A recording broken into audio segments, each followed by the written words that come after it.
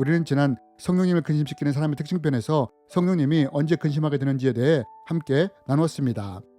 우리는 여기서 우리가 성령님의 뜻이 아니라 세상에 거룩하지 못한 것, 하나님께 합당하지 않은 것들, 죄된 것들, 육체의 소욕들을 따라갈 때 성령님이 근심하게 된다고 말씀을 드렸습니다.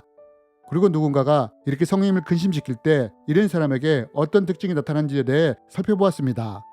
그렇다면 여러분, 성령님이 이럴 때 근심할 수 있는데 이런 성령님이 언제 소멸될 수 있을까요? 사도 바울이 성령을 소멸치 말라고 했는데 과연 성령님이 언제 어떤 때 우리에게서 소멸되어 떠나가시게 될까요? 여러분, 우리가 여기서 먼저 알아야 할 것 중에 하나는 성령님은 쉬이 우리를 떠난 분이 아니라는 것입니다. 오래 성령님은 우리가 구원받는 날까지 끝까지 함께 하시길 원하십니다. 그런데 문제는 이런 성령님이 어느 순간에 우리 안에서 소멸될 수 있다는 것입니다. 그럼 언제 성령님이 소멸될 수 있느냐? 여러분, 우리는 앞에서 우리가 세상에 거룩하지 못한 것들, 하나님께 합당하지 못한 것들, 죄된 것들, 육체의 소욕들을 취하고 따라갈 때 성령님이 근심한다고 했습니다. 그러나 성령님은 우리가 이럴 때 그냥 보고만 계시지 않는다는 것입니다. 성령님은 이런 우리를 죄로부터 돌이켜 돌아가기 위해 애를 쓰신다는 것입니다. 때로는 감동을 통해, 때로는 양심의 가책이나 부담감, 거부감을 통해, 어떤 때는 사람을 통해서라도 말씀하신다는 것입니다. 회개하고 돌아오라고 말입니다. 그리고 이때 우리가 만약 이러한 성령님의 음성을 듣고 회개하고 돌이키면 문제가 되지 않습니다. 하지만 이것을 무시하고 계속해서 죄를 지을 때 어떻게 되느냐? 물론 당사자는 오히려 이러한 것들을 통해 쾌락이나 즐거움 혹은 자신이 원하는 것들이나 본능적인 것들을 충족시킬 수 있을지 모릅니다. 그러나 성령님이 회개하고 돌아오라고 말씀하심에도 불구하고 이것을 무시한 채 세상적인 것들, 죄된 것들, 육체의 속을 따라간다면 문제가 생기기 시작한다는 것입니다. 그것이 무엇이냐? 이로 인해 먼저 서서히 믿음이 떨어지기 시작한다는 것입니다. 종국에는 이로 인해서 믿음이 사라져버릴 수 있다는 것입니다. 여러분, 저는 오랫동안 신앙생활하면서 술에 쪄든 사람이나 마약 중독에 빠진 사람들 중에 믿음이 좋은 사람을 단 한 명도 만나본 적이 없습니다. 세상의 술수를 따라가거나 사람을 교묘히 속이는 사람들 중에 성령 충만한 사람을 만나본 적이 없습니다. 그러면 사람들이 세상의 것들, 죄된 것들, 육체의 소욕을 따라갈 때 믿음이 떨어지고 성령이 충만하지 못하게 되느냐? 여러분, 사도 바울은 말합니다. 육체의 소욕은 성령을 거스르고 성령은 육체를 거스른다고요. 여러분, 우리가 세상의 것들, 죄된 것들, 육체의 소욕들을 따라갈 때 어떻게 되느냐? 이러한 거룩하지 못한 것들이 거룩하신 성령님을 대적함으로 성령님의 역사하심이나 충만을 방해한다는 것입니다. 이런 거룩하지 못한 것들로 인해 믿음이 떨어지게 된다는 것입니다. 결국 믿음이 사라져버리는 때가 오게 된다는 것입니다. 그리고 이럴 때 성령님이 떠나게 된다는 것입니다. 그러면 여러분, 왜 믿음이 떨어질 때 성령님이 떠나시게 되느냐? 그것은 성령님이 우리 안에 오실 때 믿음을 통해 오셨기 때문입니다. 사도 바울이 말하지 않습니까? 우리가 복음을 듣고 믿을 때 성령님이 임하신다고요. 그런데 여러분, 만약 이 믿음이 사라져버린다면 어떻게 될까요? 성령님이 더 이상 우리 안에 거할 수 없게 된다는 것입니다. 왜냐하면 성령님은 우리가 믿을 때 임재하시기 때문에 이 믿음이 사라질 때 더 이상 우리 안에 거하실 수가 없게 되기 때문입니다. 그래서 성령님이 떠나시게 되는 것입니다. 소멸되는 것입니다. 이런 이유로 사도 바울이 성령을 소멸치 말라고 말한 것입니다. 여러분, 이것이 우리 안에 계시던 성령님이 떠나시는 이유인 것입니다. 그렇다면 여러분, 만약 누군가가 이렇게 성령님을 소멸시켰다면 이런 사람에게는 과연 어떤 특징이 나타날까요? 여러분, 성령님이 소멸된 사람에게 나타나는 가장 큰 특징이 무엇인지 아십니까? 그것은 바로 믿음이 사라진다는 것입니다. 더 이상 예수님이 믿어지지 않는다는 것입니다. 이러면서 이런 사람에게서 나타나는 현상이 무엇이냐? 두 가지 현상으로 나타날 수 있는데 교회를 떠나든지 남든지 한다는 것입니다. 예수님이 구세주로 더 이상 믿어지지 않으므로 교회를 떠나는 것입니다. 그러나 반대로 성령님이 소멸했음에도 불구하고 여전히 교회에 남아있는 사람들도 있습니다. 그러면 이런 분들은 교회에 남느냐? 그것은 이미 교회 생활이 습관화가 되었기 때문입니다. 또 이런 분들 중에는 예수님을 뜨겁게 만난 기억이 있기 때문에 성령님이 소멸된지도 모른 채 종교 생활을 한다는 것입니다.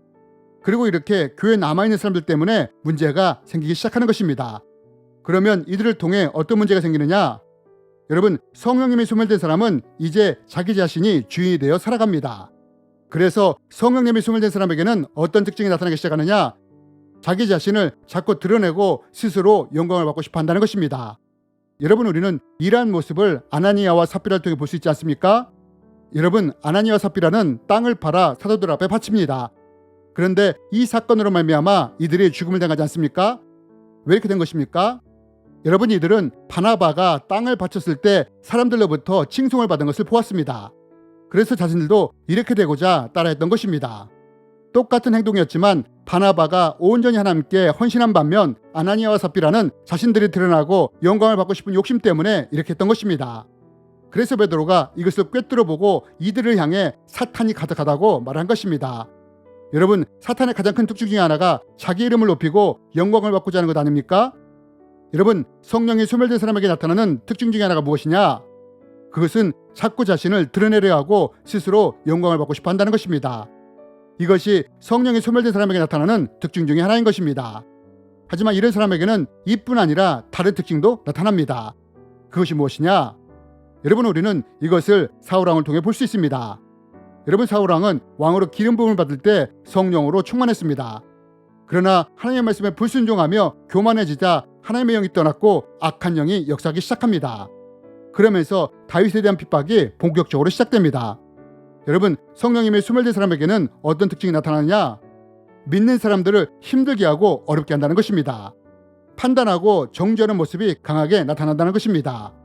완고하고 율법적인 모습이 나타난다는 것입니다. 그리고 여러분, 이뿐 아니라 우리가 사울왕을 통해 또 볼 수 있는 것이 무엇입니까? 여러분, 사울왕은 어느 순간 서슴지 않고 제사장들을 다 죽여버립니다. 성전을 핍박하기 시작한 것입니다. 여러분, 성령님의 소멸된 사람에게 또 어떤 특징이 나타나게 되느냐? 그것은 이런 사람들이 교회를 힘들게 하고 어렵게 한다는 것입니다. 사울과 같은 존재가 되어 교회를 흔들 수 있다는 것입니다. 여러분, 이러한 것들이 성령님이 소멸된 사람에게 나타나는 특징입니다. 자기를 드러내려 하고 완악하고 율법주의자가 되어 믿는 사람들을 비판하고 판단하고 정죄한다는 것입니다. 또한 교회를 힘들게 하고 어렵게 한다는 것입니다. 그렇다면 여러분, 만약 내 주위에 이런 사람들이 있다면 어떻게 할까요?